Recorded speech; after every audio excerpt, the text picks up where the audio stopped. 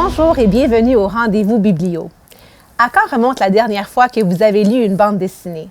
Personnellement, ça devait faire un bout, mais j'ai récemment pris plaisir à lire le premier volume de l'histoire du cinéma en BD, écrite par Philippe Lemieux et illustrée par Martin Gariepi, aussi connu sous le nom de Gary, et je me suis souvenu assez rapidement des raisons pour lesquelles les bandes dessinées sont si populaires.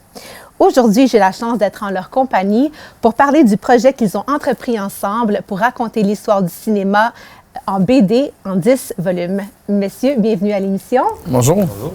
Avant de parler de la genèse du projet, on voudrait apprendre à vous connaître un petit peu.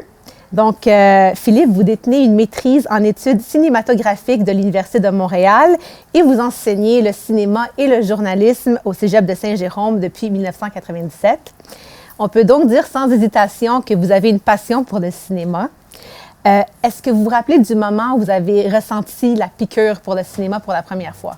Oh mon Dieu, oui. C'était en 1981. Je reviens de l'école, j'ai 10 ans et mes parents m'annoncent qu'on va au cinéma ce soir-là. J'ai aucune idée du film qu'on s'en va voir.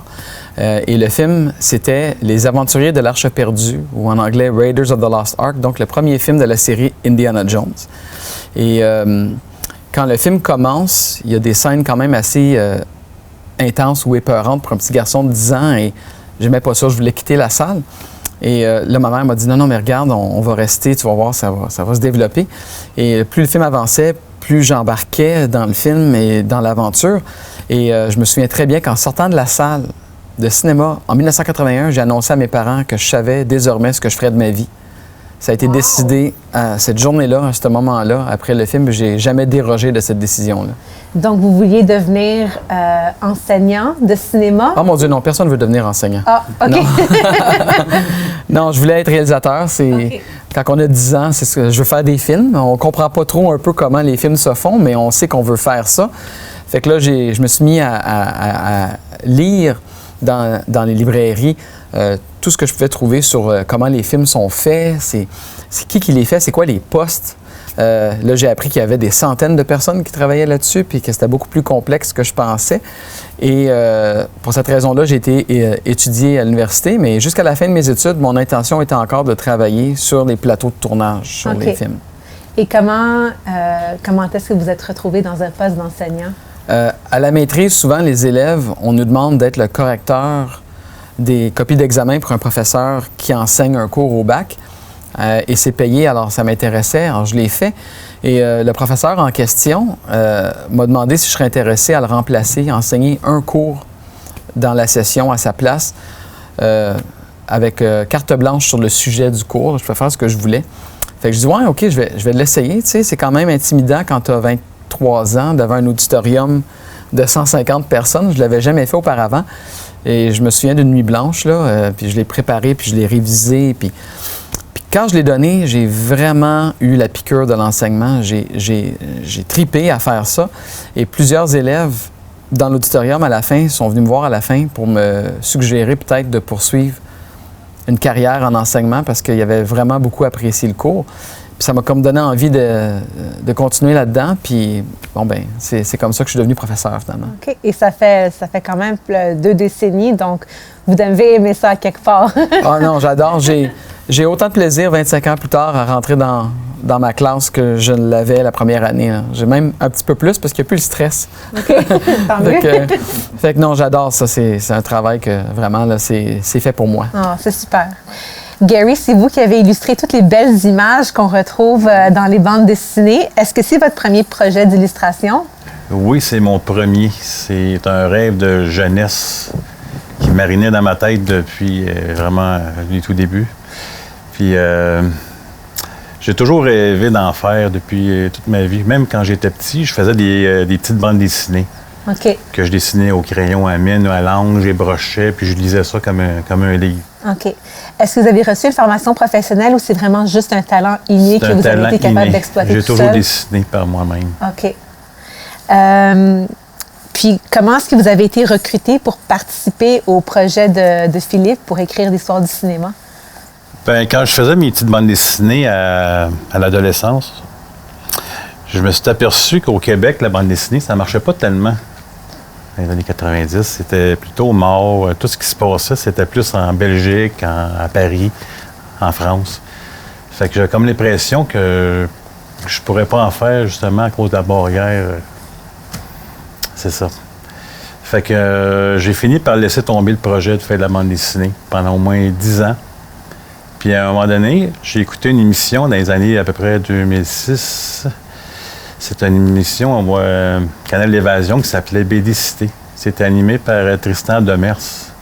Puis il rencontrait des dessinateurs d'ici et d'ailleurs. Puis il voyait un peu comment ils travaillent, dans quel secteur, dans quel coin ils habitent. Puis en tout cas, on embarque dans l'univers de chaque dessinateur. OK.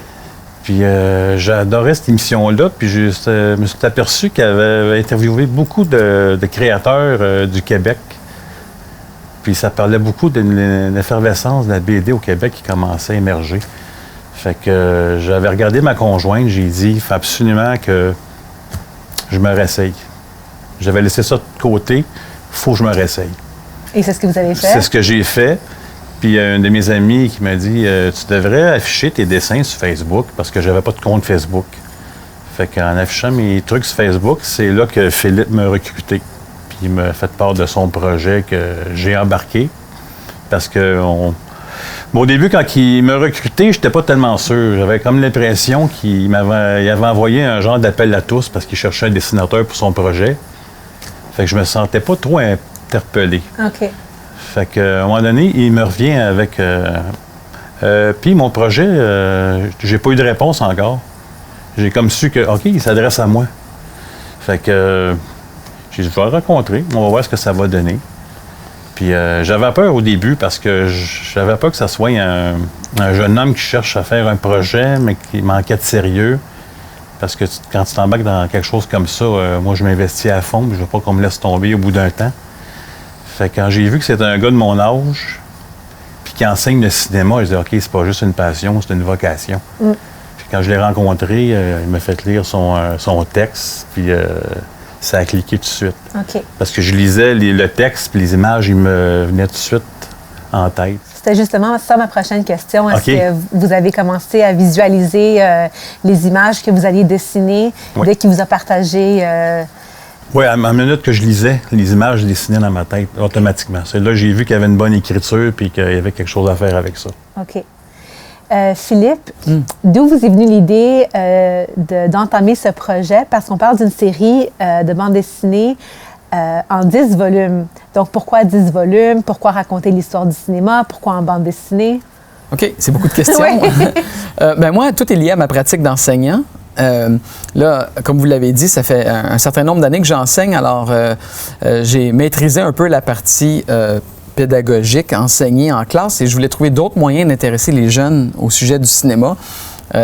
J'ai tourné des petits films voyages où j'ai visité des lieux de tournage de films cultes. J'ai été à Martha's Vineyard où Spielberg a tourné Jaws, puis j'ai retrouvé l'épave du bateau qui avait servi au tournage du film. J'ai été campé dans la forêt de Blair Witch Project. J'ai été à la maison de la fille possédée dans L'Exorciste. J'ai repris la course de Rocky à Philadelphie. Et une fois que ce projet-là était épuisé puis que j'avais assez de stock pour présenter aux élèves, j'ai eu l'idée, mais ce serait le fun d'enseigner le cinéma à travers la BD parce qu'ils lisent beaucoup de BD, les jeunes. C'est un média qui les rejoint.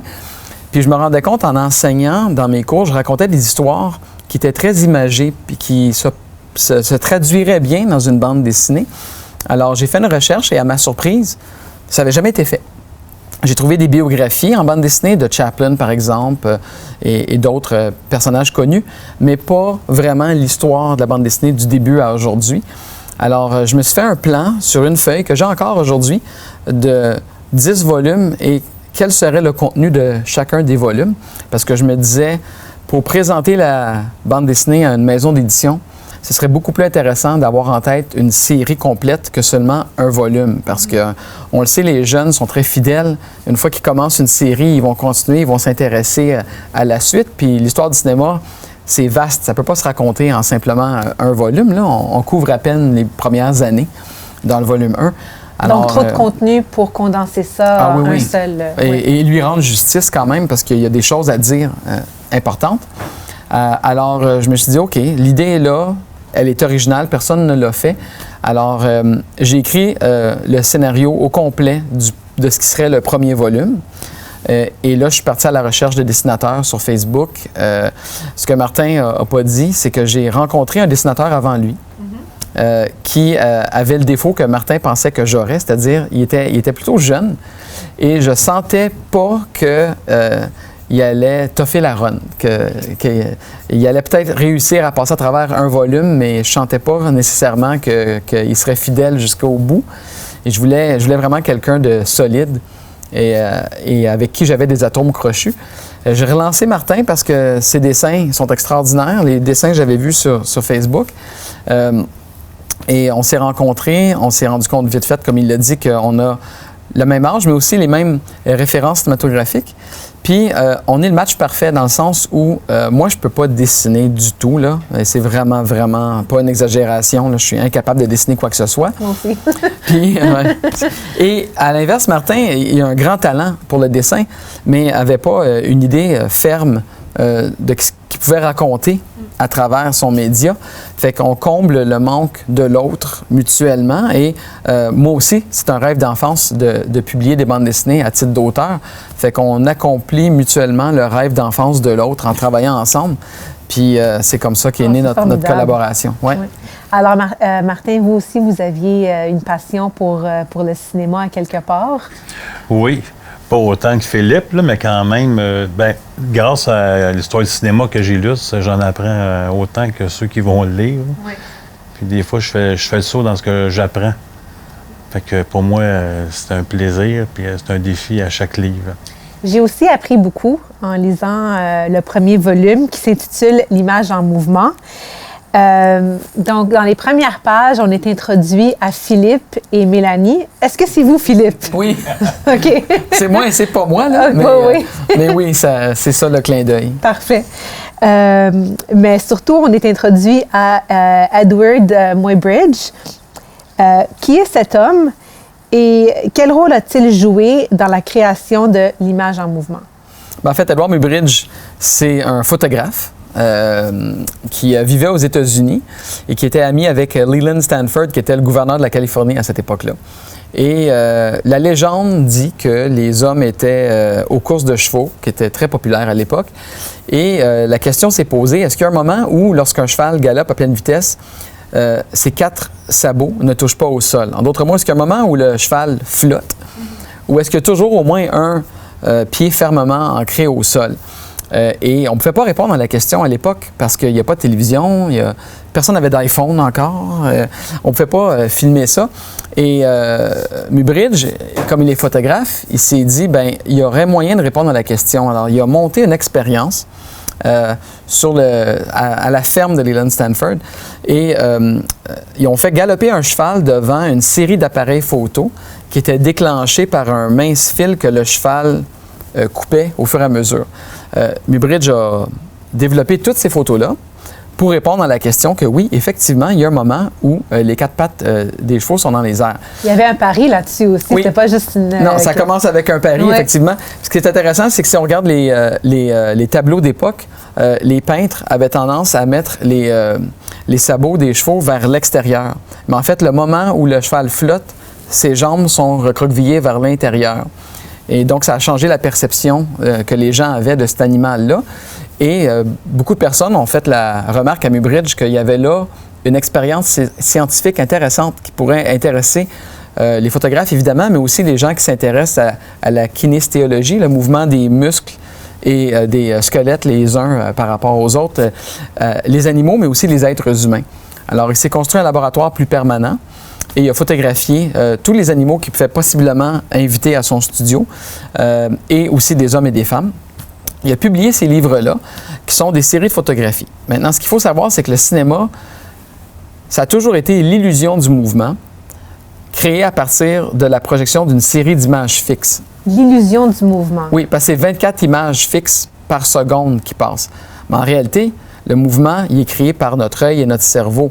Ce qu'on voit, c'est 24 photographies fixes qui passent à chaque seconde. Alors, son expérience, c'est exactement l'inverse du cinéma. C'est-à-dire qu'il a décomposé le mouvement, dans ce cas-ci un cheval, en une série de photographies. Et ce faisant, il a donné l'idée à d'autres personnes, notamment Thomas Edison, d'inverser son expérience et de recréer le mouvement en filmant une personne ou un événement. Et c'est comme ça que le cinéma va naître. Vous avez mentionné Thomas Edison, qui est un célèbre inventeur. Oui. Il a notamment inventé le phonographe, Oui. qui est un appareil qui permettait d'enregistrer et de transmettre les sons. Quel rôle a-t-il joué dans l'histoire de l'image en mouvement? Bien, en fait, il est beaucoup plus important que la plupart des gens le pensent. On associe toujours Edison soit au perfectionnement de l'ampoule électrique ou sinon au gramophone. Mais en fait, quand on parle aux gens d'invention du cinéma, ce qui vient en tête tout de suite, normalement, c'est les Frères Lumière. Le 28 décembre 1895, ça nous a été inculqué très, très jeune, cette idée-là. Mais en fait, Edison a tourné le premier film quelques années avant les Frères Lumière. Il a construit la première caméra cinématographique. Il a même construit le premier studio au New Jersey, à son laboratoire, où, avec l'aide de son assistant, Dixon, il a expérimenté vraiment avec les premiers films. Et il a même ouvert l'ancêtre des arcades quelque part. C'était le Nickelodeon. Donc, c'est un endroit où les gens, pour 5 sous, d'où le mot Nickelodeon, pouvaient aller visionner ces petits films-là dans une grosse boîte en bois qu'on appelait le kinétoscope. Alors, à toute fin pratique, Edison est l'inventeur du cinéma. Mais tout dépend de notre définition du cinéma. Parce que dans son cas, on est un spectateur à la fois à regarder le film, alors que dans le cas des Frères Lumière, ils ont été les premiers à faire une projection publique. Et c'est là qu'est la nuance qui permet aux historiens de déterminer si c'est les Français ou si c'est les Américains qui ont inventé le cinéma. Personnellement, je m'en fous un peu. L'important, c'est qu'ils ont tous contribué à l'évolution de cet art-là qui est devenu de plus en plus populaire depuis. Comment Muybridge et Edison ont appris à se connaître? Bien, en fait, Muybridge a donné des conférences un peu partout aux États-Unis. Il a présenté les résultats de ses recherches. Et Edison, qui était une personne centrale du monde scientifique et technologique, était présent à l'une de ces démonstrations-là, a vu les travaux de Muybridge et s'en est inspiré pour la suite. Okay. Vous avez mentionné les Frères Lumière. Donc, après nous introduire à Muybridge et à Edison, la bande dessinée nous amène en France pour justement nous introduire aux Frères Lumière, Louis et Auguste, qui bâtissent sur ce qui a été accompli par Muybridge et Edison. Parlez-nous de leur contribution et de leur premier film. Oui, bien en fait, leur père, Louis et Auguste, a acheté un kinétoscope d'Edison pour comprendre un peu le système de ce qu'avait réussi à faire Edison. Et une fois qu'ils ont compris le principe cinématographique, ils ont construit leur propre appareil qu'on appelle le cinématographe, qui est très célèbre. Et ils ont tourné leur premier film qui est en fait les ouvriers de l'usine Lumière qui sortent à la fin d'une journée de travail de l'usine. C'est un film muet, noir et blanc de 40 secondes, là. Mais c'était pour vérifier que l'appareil fonctionnait. Et ils ont tourné une dizaine de films comme ça qu'ils ont présentés pour la première fois dans le Grand Café dans le salon indien du Grand Café qui était sur le boulevard des Capucines à Paris. Et c'est la célèbre soirée du 28 décembre 1895. Et c'est la première projection publique de l'histoire du cinéma. Donc, c'est un moment là, marquant. Donc, ils n'ont pas été les premiers à tourner un film. Ils n'ont pas construit le premier studio, mais ils ont certainement été les premiers à mettre en scène une projection de film. Gary, Philippe a mentionné le cinématographe. Décrivez-nous un peu de quoi ça a l'air, cet appareil-là. Le cinématographe? Oui. Parler de l'appareil projecteur? C'est ça. Ben, c'est tout simplement une boîte dans laquelle il y a une extrémité qui s'ouvre, une petite bobine de film qu'on fait bouger par une petite manivelle. Mais en arrière de ça, il y a comme un projecteur qui envoie la lumière sur la petite pellicule qui permet de le projeter sur la petite lentille en avant, qui permet de le projeter sur l'écran. Est-ce que c'est similaire au projecteur qu'on utilise aujourd'hui? Ben, le principe est le même. OK. C'est de faire C'était plus passer. rudimentaire dans le temps. Là. Oui. Ben, en fait, aujourd'hui, c'est plutôt numérique, là. Mais c'est similaire aux projecteurs qui vont exister dans les cinémas du monde entier pour des décennies à venir. Là. C'est une lumière qui traverse la pellicule, qui projette l'image sur l'écran. Okay. Ouais. Parlez-nous un peu du magicien qui se nomme Georges Méliès. Oui, bien, Georges Méliès était déjà riche et célèbre à l'époque où les Frères Lumière présentent le cinématographe. Il était dans la salle, il était présent le 28 décembre 1895 et il a été très impressionné, comme la plupart des gens, ce jour-là. Mais lui était magicien. C'est ça qui est l'aspect important de sa personnalité parce que toutes les autres personnes dans notre bande dessinée, c'est des inventeurs, c'est des techniciens, des gens comme les Frères Lumière, Edison, Muybridge, sont pas nécessairement intéressés à l'aspect divertissement du cinéma. Ils sont intéressés à savoir s'ils peuvent réussir cette innovation-là. Georges Méliès, il voit un potentiel de divertissement parce qu'il est magicien, parce qu'il a l'habitude d'amuser les gens à son théâtre qui s'appelle le théâtre Robert-Houdin. C'est de là que le Houdini tient son nom d'ailleurs, c'est en hommage à ce célèbre magicien. Et donc, lui, il va construire son propre appareil pour intégrer des projections de films à l'intérieur de ses spectacles au théâtre Robert-Houdin et va, de film en film, toujours rendre la chose un petit peu plus complexe. Donc, il va être le premier vraiment à costumer des acteurs, à écrire des scénarios, même à adapter des romans de Jules Verne. Par exemple, avec son célèbre Voyage sur la Lune, qui est un roman de Jules Verne, là, qui porte un autre titre, mais c'est une adaptation. Il va peindre des décors. Il va se construire un studio vitré pour utiliser la lumière du soleil comme source d'éclairage. Il va faire du montage, donc des films avec plusieurs séquences, plusieurs tableaux. Et c'est vraiment lui qui donne naissance au cinéma de fiction, comme on le connaît aujourd'hui, là, qui nous raconte une histoire avec des personnages principaux puis qui a des effets spéciaux. Il va être le premier à faire apparaître et disparaître des choses à l'écran puis vraiment utiliser le plein potentiel visuel du cinéma. Là. Il a réalisé 600 films durant sa carrière, c'est ça? De quoi avaient l'air ces films-là? Ah bien, la plupart, c'est des films fantastiques avec des créatures, des sorcières, des abominables hommes des neiges, les habitants de la Lune. C'est des films qui nous font voyager, qui sont magiques, tout comme lui l'était, et vraiment qui sont encore aujourd'hui très divertissants. Ceux qu'on a, puisqu'on a perdu à peu près la moitié de ces films, comme c'est le cas pour la plupart des films du cinéma des premiers temps, on ne les a plus. La pellicule, à l'époque, était très inflammable. Et pour qu'un film survive jusqu'à nous aujourd'hui, il doit passer à travers 125 ans, à travers 2 guerres mondiales, à travers les tremblements de terre, à travers les inondations, à travers tout ce qui arrive. Alors, on n'a pas tous les films, mais heureusement, on a plusieurs de ces chefs-d'œuvre qui sont encore disponibles aujourd'hui et qu'on peut juste regarder sur YouTube gratuitement. Et ces films durent combien de temps environ? Bien, un voyage dans la Lune, c'est une dizaine de minutes. OK. Ils sont plus longs, atteignent les 40 quelques minutes, mais la plupart des films, je dirais, sont entre 10 et 20 minutes, là, pour la majorité. Donc, c'est quand même loin des 90 minutes en moyenne qu'on a aujourd'hui. Oui. Oui, les budgets n'étaient pas les mêmes. Non, effectivement. J'ai cru comprendre que votre série de bande dessinée a été rejetée à plusieurs reprises par des maisons d'édition. Parlez-nous un peu du parcours qui vous a éventuellement mené à être publié. OK. Bien, d'abord, c'était de rencontrer Martin puis de s'associer. Alors, j'ai demandé à Martin, en fait, de dessiner le plus rapidement possible le premier chapitre du premier volume, donc les 10 premières pages à peu près, parce que j'avais en tête d'envoyer dans les maisons d'édition une présentation de quelques pages du projet, nos biographies et les 10 premières pages déjà dessinées. Parce que je me disais, si on présente une bande dessinée puis qu'on ne présente pas les dessins, ça n'a pas de bon sens. Pour moi, c'était essentiel que la maison d'édition voit le style de dessin, voit le ton, voit un peu à quoi s'attendre avec notre bande dessinée. Parce qu'un scénario, c'est une chose, mais c'est un texte. Là, on présente une bande dessinée.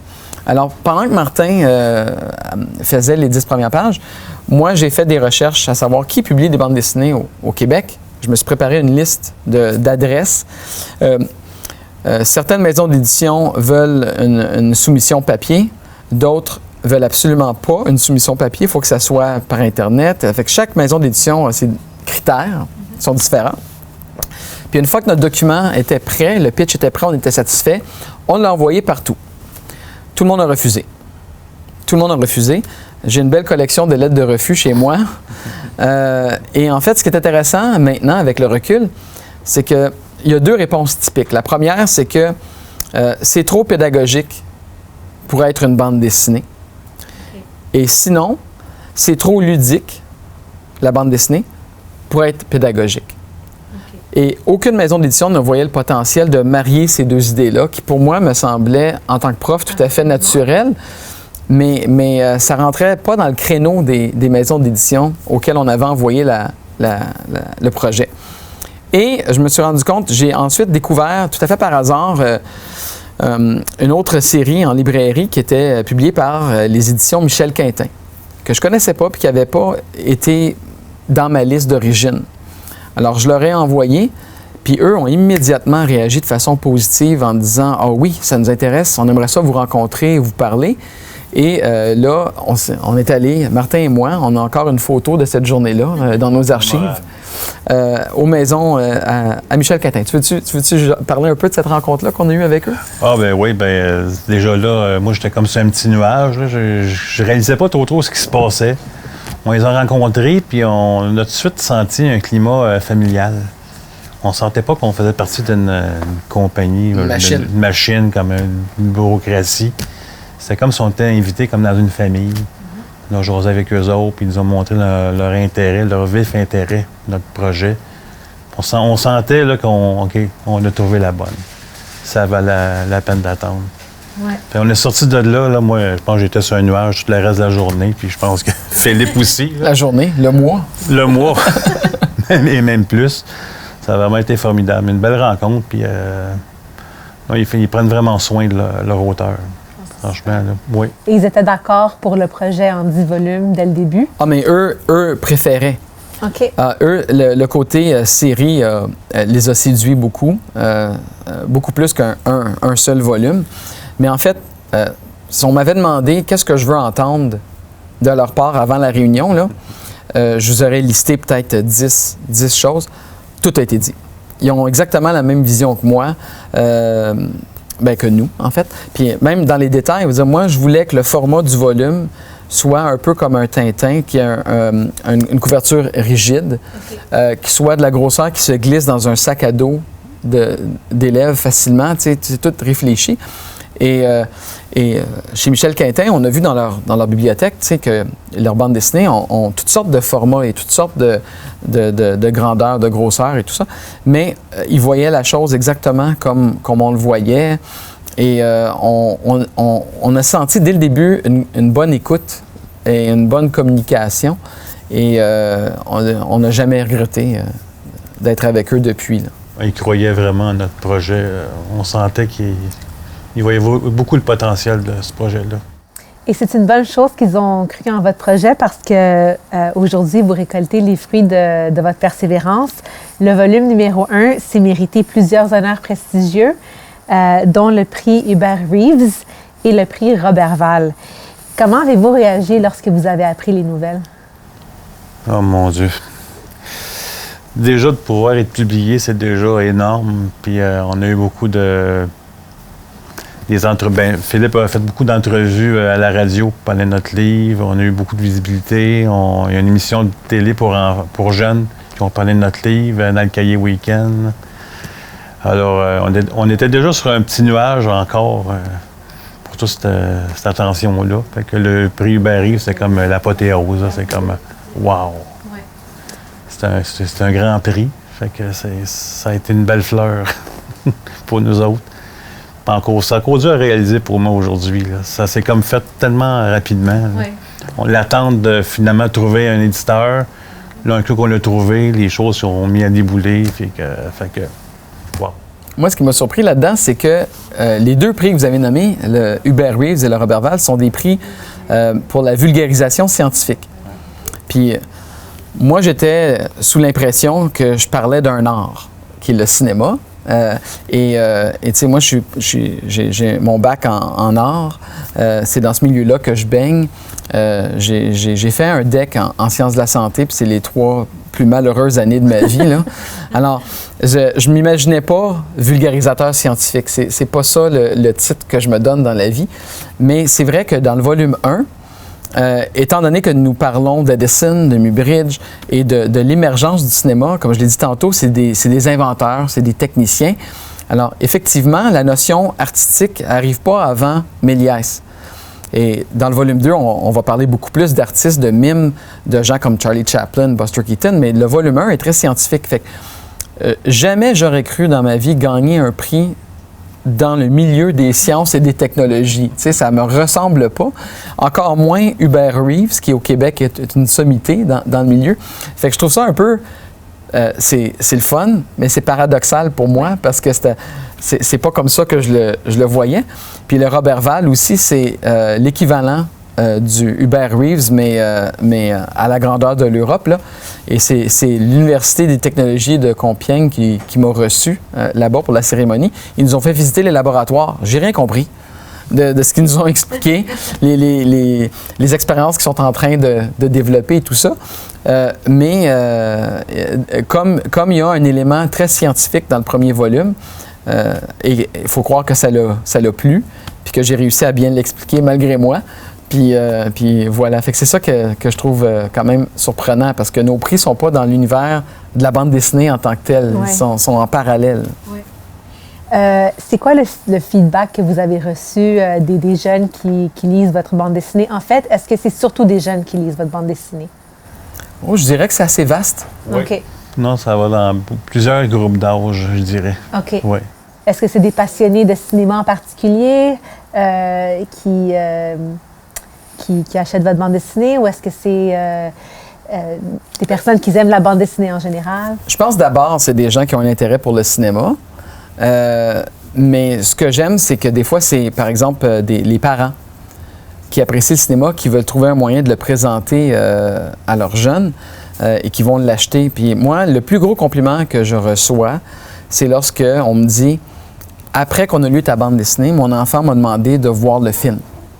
Par exemple, d'aller sur YouTube et de voir le fameux film des Frères Lumière ou de voir le film de Méliès. Tu sais, ça prend quelques minutes à regarder, mais c'est pas tous les jours qu'un enfant de 8, 9 ans, 10 ans, 12 ans va demander à regarder un film muet en noir et blanc. Tu sais, c'est ça l'exploit, je trouve, si le parent réussit à éveiller à travers notre bande dessinée cette curiosité-là, puis dire « Ah ouais, le cinéma, ça n'a pas commencé avec les Mignons, là, ou tu sais, avec le Seigneur des Anneaux. » là, ça date de loin.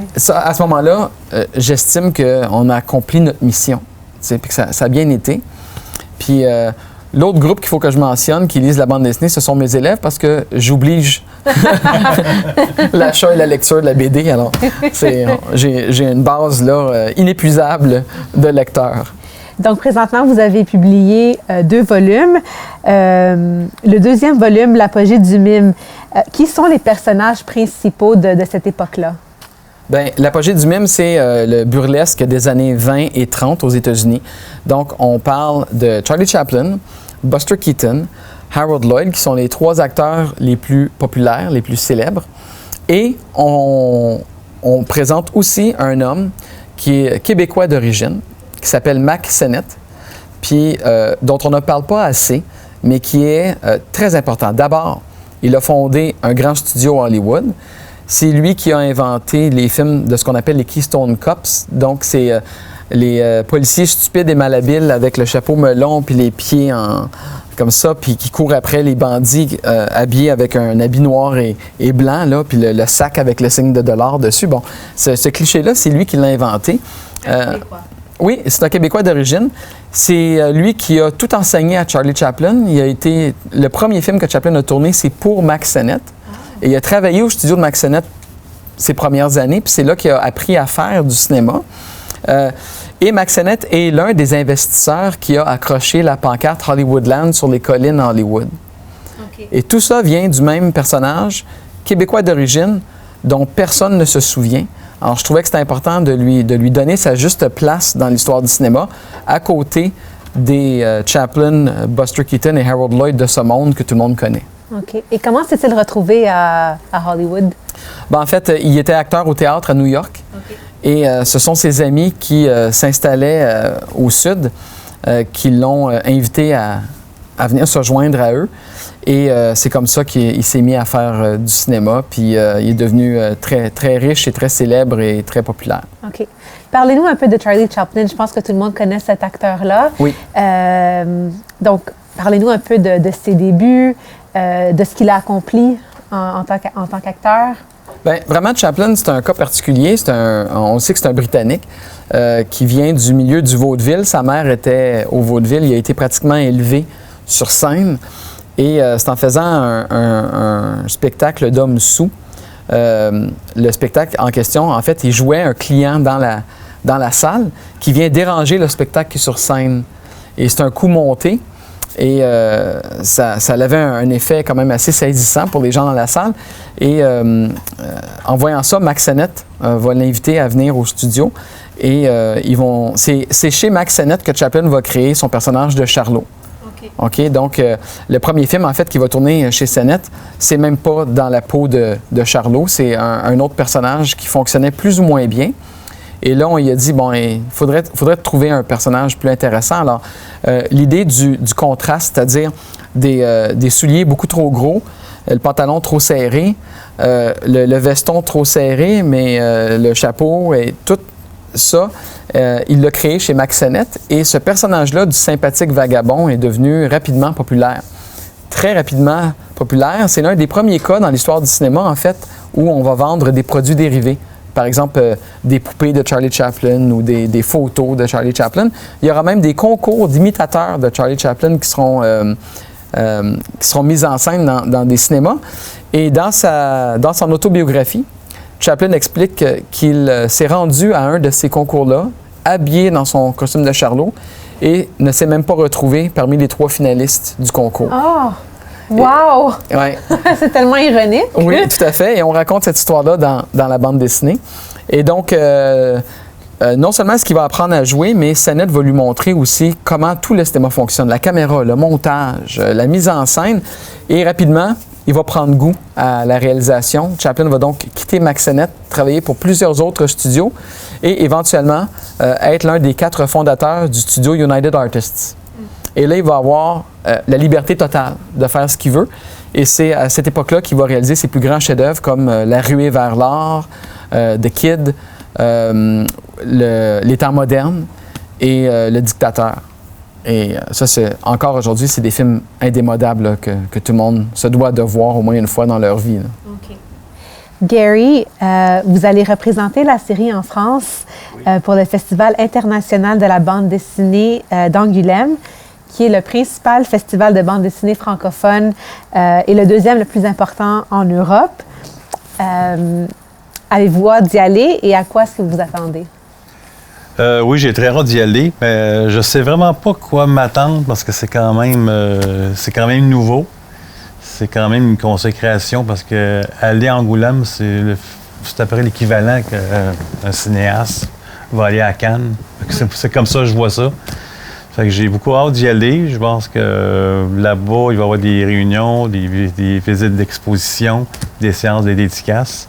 Pour le reste, je pense que je vais pouvoir me promener et aller voir les kiosques à travers la ville parce que c'est grandiose, le Festival d'Angoulême. Il y a des kiosques un petit peu partout dans la ville.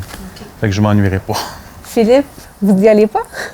Non, j'y vais pas. Moi, je suis allé en France pour le Roberval. Martin n'était pas avec moi.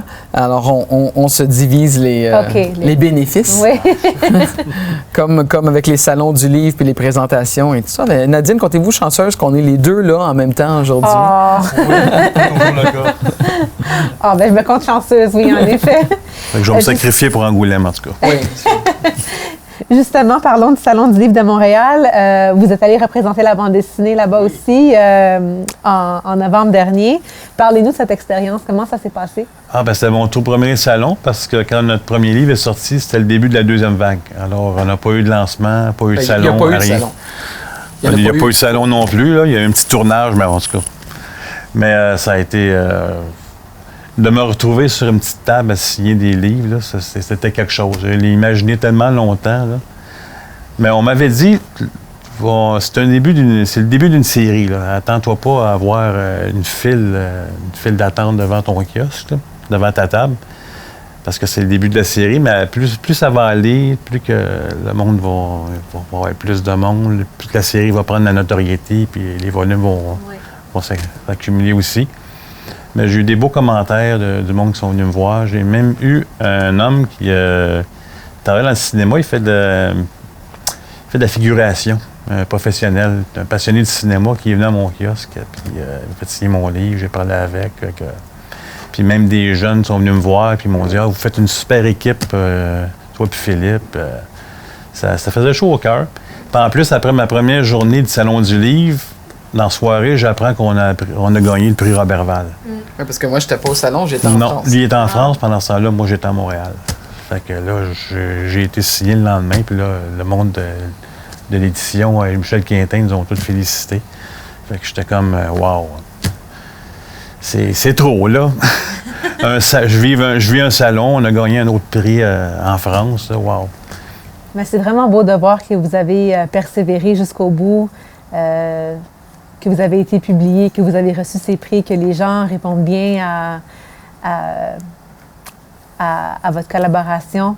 Bien, moi, cette histoire-là, j'aime la conter parce que pour mes élèves qui ont 18-19 ans et qui rêvent de travailler dans un milieu ou dans un autre, tu sais, c'est une leçon importante de ne pas se laisser abattre. On va se faire dire non dans la vie. Tout le monde va nous dire non, mais il faut quand même, si on y croit, si le projet est bon, il faut persévérer. Puis tôt ou tard, on va trouver des gens qui vont y croire aussi, puis on va embarquer. Puis c'est vraiment notre histoire, tu sais. Puis quand lui était à notre premier salon que j'ai manqué, moi, j'étais au Roberval, mais dans le contexte du Roberval, chacun des auteurs nommés devait donner une présentation dans des écoles différentes de France. Alors, je me suis retrouvé dans une école de 32 petits de 8-9 ans français à qui je devais raconter le contenu de la bande dessinée. Puis c'est pas le public auquel je m'adresse normalement quand j'enseigne. Alors, c'était une nouvelle expérience pour moi. Puis j'ai vraiment trippé, là. C'était plaisant. Puis ils ont beaucoup apprécié mon accent. Je sais pas si c'est un compliment ou pas, mais c'était le fun. Fait qu'on a vécu, tu sais, en parallèle, simultanément, avec 6 heures de décalage, des moments extraordinaires. Mais à chaque fois qu'on communique ensemble depuis nos débuts, on finit toujours mon message par « on lâche pas ». C'était comme notre leitmotiv, là. Oui, c'est notre slogan. Oui, puis même encore aujourd'hui, là, c'est toujours « on lâche pas, on continue ». Oui, puis il y a 7 autres volumes qui s'en viennent. 8, en fait. 8? Oui, c'est ça. On a 2 publiés. C'est ça, parce que le troisième, vous travaillez... il est en devenir. C'est ça, exactement. De quoi vous allez parler dans le 3e volume? Le 3e volume traite de l'émergence du cinéma d'horreur en Allemagne, principalement, après la Première Guerre mondiale, une période qu'on appelle l'expressionnisme allemand. Donc, la plupart des gens connaissent peut-être Nosferatu, qui est l'un des premiers films à traiter de Dracula au cinéma, une adaptation illégale du roman de Bram Stoker, mais quand même. Fait qu'on va traiter de comment le cinéma a commencé à raconter des histoires terrifiantes et d'où ça vient, pourquoi cette angoisse à cette époque en Allemagne et aussi les conséquences de ça aux États-Unis. Donc, on va parler de la naissance de Frankenstein, Dracula, le loup-garou, tous les monstres associés au studio Universal. C'est le volume 3, qui fait vraiment un bon contrepoint avec le volume 2, puisque là, on était dans la comédie. On essaie d'un volume à l'autre de vraiment changer de genre et de style. Fait que à l'avenir, on va parler aussi du western, de la comédie musicale. Il y aura une grande variété de volume en volume. Sans trop en dire, qu'est-ce que vous pouvez nous dire sur cette période où les histoires d'horreur étaient... où il y avait un accent sur les histoires d'horreur? Ce qu'on apprend avec cette période-là, c'est que le cinéma est un art. Et comme c'est un art, souvent, il va être le reflet de ce que la société pense et ressent à cette époque-là. Et l'Allemagne, on ne va pas se le cacher, après la Première Guerre mondiale, ça n'allait pas super bien. Donc, l'art qui va en ressortir va être le reflet de ces angoisses-là et de ces problèmes sociaux-là. Et l'horreur est le média parfait, le genre parfait pour illustrer un problème qui angoisse une société parce que le monstre va représenter quelque chose qui, dans la vraie vie, est terrifiant. Dans le cas de Nosferatu, par exemple, c'est la peste. Partout où Nosferatu se déplace dans le film, on voit des rats. Et à l'époque, il y avait une épidémie de peste. Alors, pour les gens assis dans la salle, de voir un gros rat de 6 pieds sur grand écran, c'est terrifiant. Aujourd'hui, on regarde le film fait en 1922, c'est pas très épeurant. Mais pour les gens à l'époque, ça l'était. Et ça va devenir cette espèce de tradition où le monstre représente un problème de société. Et dans le film, si on détruit le monstre, on se donne l'espoir en tant que société qu'on va réussir à passer outre ce problème-là. Peut-être que dans quelques années, on aura droit à un film où le monstre représente la COVID-19. Ah. Puis on va pouvoir le vaincre avec le 5e rappel. On ne sait pas. On verra. Et qui étaient les personnages principaux de cette période-là? C'est des réalisateurs allemands, principalement. Par exemple, Murnau, qui a fait Nosferatu. Le plus célèbre réalisateur de l'Allemagne de cette époque-là, puis même encore aujourd'hui, c'est Fritz Lang, qui a fait Metropolis, qui est une œuvre de science-fiction indémodable qui a influencé Star Wars et La Matrice et Les Temps modernes et Frankenstein et toute une série de films. Alors, ce sont surtout les réalisateurs de cette période-là dont on va parler. OK. Et est-ce qu'il y avait des réalisateurs, parce qu'on a beaucoup parlé des États-Unis, de la France, est-ce que ces pays-là continuent à pourvoir des films durant cette période? Oui. Oui, même dans les périodes les plus dures, on remarque que les différents pays continuent toujours de faire du cinéma parce que c'est comme peindre ou écrire des chansons. C'est une façon d'évacuer les émotions. Mm-hmm. Alors, le cinéma ne cesse jamais de se faire. La façon dont il est fait va changer. Les moyens à notre disposition vont changer. Mais on fait toujours du cinéma et même des fois du meilleur cinéma quand les choses vont pas si bien. Parce qu'on a quelque chose à dire. Alors, tout à fait, oui. Puis on va d'ici la fin de la série, on va avoir fait le tour de la planète Terre. Okay. On va aller dans tous les pays. Ah, c'est super. Oui. Et est-ce que les films qui ont été produits durant cette période dans des pays autres que l'Allemagne étaient aussi influencés par les enjeux sociopolitiques de l'époque? Pas nécessairement. En fait, ils le sont un peu toujours, mais ce qui est intéressant dans l'histoire du cinéma, quand on l'étudie, c'est qu'on dirait que chaque pays a un moment clé de l'évolution de leur cinéma, une décennie où vraiment ça l'a cliqué. Là. Dans le cas de l'Allemagne, c'est vraiment les années 20. Mais dans le cas de la France, par exemple, la nouvelle vague française, ça va être la fin des années 50, début des années 60. Dans le cas, par exemple, du cinéma de Kung Fu, on va parler des années 70, là où Bruce Lee va émerger puis que tout le monde va découvrir ce cinéma-là. Alors, d'un pays à l'autre, il y a une époque clé et c'est de celle-là qu'on va parler dans la bande dessinée, celle qui a eu la plus grosse influence sur le monde. OK. Ça vous prend environ combien de temps en moyenne de produire une bande dessinée? Bien, moi, je dirais à peu près un an et demi. C'est sûr, j'ai déjà un autre travail, fait que faut que je combine un peu les deux. Mais je travaille le soir, fait que moi, le matin, c'est ça que je fais. Okay. Je me lève et je fais la bande dessinée. Okay. Oui, je dirais en tout et partout peut-être 2 ans, parce que si on prend l'écriture du scénario, là, on parle d'un 6 à 8 mois. Puis quand j'ai terminé le scénario et que la maison d'édition l'a approuvé, ça va à Martin. Puis là, on a 1 an et demi de travail devant nous. Puis ensuite, il y a toute la mise en volume, la mise en marché. Les corrections. Fait que c'est au-delà de 2 ans pour chaque volume de A à Z. Là. Et quand est-ce que le volume numéro 3 va être... Automne 2023. Exactement. Automne 2023. OK, il faut quand même attendre 1 an et demi. Ouais, maintenant, presque, oui, 1 an, disons. OK. Ouais. Bien, au moins, on a les 2 premiers volumes pour se divertir. Oui, exactement. Avant de vous laisser partir, j'ai quelques questions pour vous, vu qu'on parle de cinéma. Votre film préféré? Chacun. OK. Ben, moi, j'aime beaucoup Cyrano de Bergerac. OK. Avec Gérard Depardieu. OK. Je l'aurais jamais deviné. Ben moi, si vous le demandez au petit garçon que je suis, là, ça serait Raiders of the Lost Ark, Les Aventuriers de l'Arche perdue, le premier Indiana Jones. Okay. Parce que sans ce film-là, je serais pas là aujourd'hui. Okay. Ouais. Et à l'homme adulte? Metropolis. OK. parce que c'est vraiment un film remarquable qui a une influence vaste sur le cinéma de science-fiction, puis je me tanne pas de le regarder. Votre acteur préféré? Moi, j'aime beaucoup Hugh Jackman. OK. Hugh Jackman. Philippe? C'est intéressant. Moi, je ne m'attache pas aux acteurs. Je vais plutôt répondre à la question avec mon réalisateur préféré. OK. Parce que j'ai plus de respect pour ceux qui font le film que ceux qui sont devant la caméra. Pas que j'aime pas les acteurs, mais c'est des personnages. Les êtres humains qui sont m'intéressent pas du tout.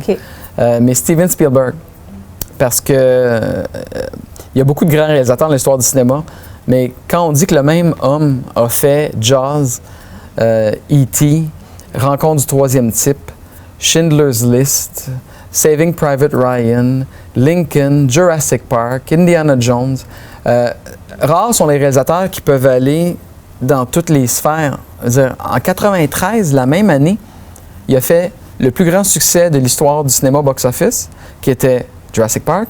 Et la même année, il fait Schindler's List, qui a remporté tous les prix aux Oscars. Il n'y a pas deux films plus différents dans l'histoire du cinéma que Jurassic Park et Schindler's List, mais c'est la même personne qui les a réalisés et qui les a bien réalisés. Alors ça, pour moi, je trouve que c'est absolument épatant. Vous avez des pages sur les réseaux sociaux que les gens à la maison peuvent s'abonner pour suivre votre parcours, dans le fond. Oui. Votre page Instagram, votre page Facebook, comment on peut vous suivre? Il suffit de taper « Histoire du cinéma en BD » dans recherche Facebook ou recherche Instagram. Histoire du cinéma BD. Oui, Histoire du cinéma en BD. Les lettres pardon. BD, sans espace, puis on va tomber sur notre page. OK. Ouais. Super. Merci d'avoir été avec nous. C'est un plaisir. Et on a hâte de voir le volume numéro 3 nous et aussi. d'en apprendre plus. Merci beaucoup.